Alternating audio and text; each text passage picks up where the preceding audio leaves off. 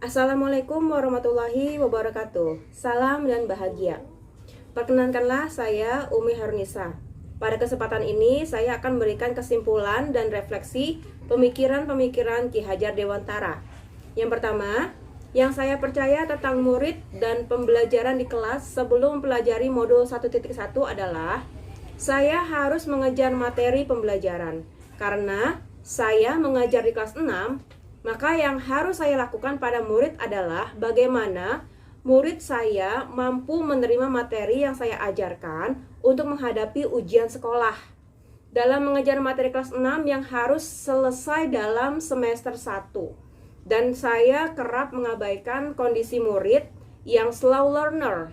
Jadi fokus saya adalah materi tersampaikan pada murid. Yang kedua, yang berubah dari pemikiran atau perilaku saya setelah mempelajari modul ini adalah ternyata mengajar lebih mudah daripada mendidik.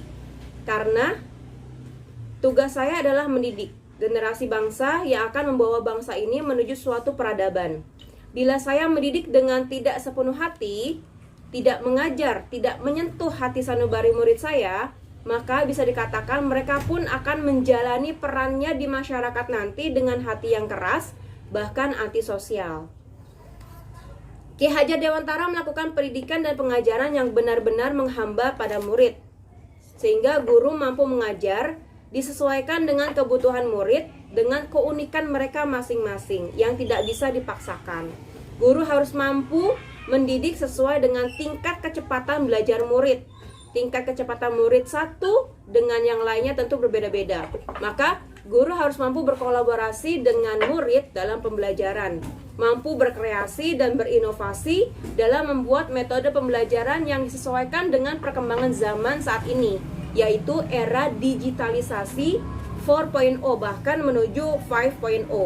Metode yang interaktif ini akan membuat murid belajar sambil bermain sehingga mereka tidak merasakan kejenuhan dalam belajar. Yang ketiga, yang dapat segera saya terapkan lebih baik agar kelas saya mencerminkan pemikiran Ki Hajar Dewantara adalah dimulai dari menyambut murid di gerbang dengan sapa dan senyuman yang membuat pagi mereka dimulai dengan hal yang positif dan ceria. Mampu menyentuh hati mereka untuk biasa memberi salam, senyum, dan berucap secara santun, berperilaku juga dengan sopan. Sebelum mulai pembelajaran, saya buka dengan bernyanyi atau menyaksikan video-video hikmah sebagai bagian dari literasi dan membangun komunikasi interaktif dengan murid saya. Dan saya menyebutkan hal-hal yang akan dipelajari hari ini dengan tujuannya.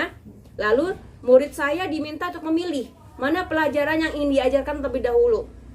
Ya, sesekali saya juga akan membawa murid saya belajar keluar dari kelas, ya, jadi belajar di halaman sekolah agar bisa belajar dengan lingkungan sekolah, tidak terkungkung di kelas. Karena pada dasarnya pendidikan anak itu adalah belajar sambil bermain, sehingga apa yang saya ajarkan benar-benar hasil dari kolaborasi antara guru dengan murid.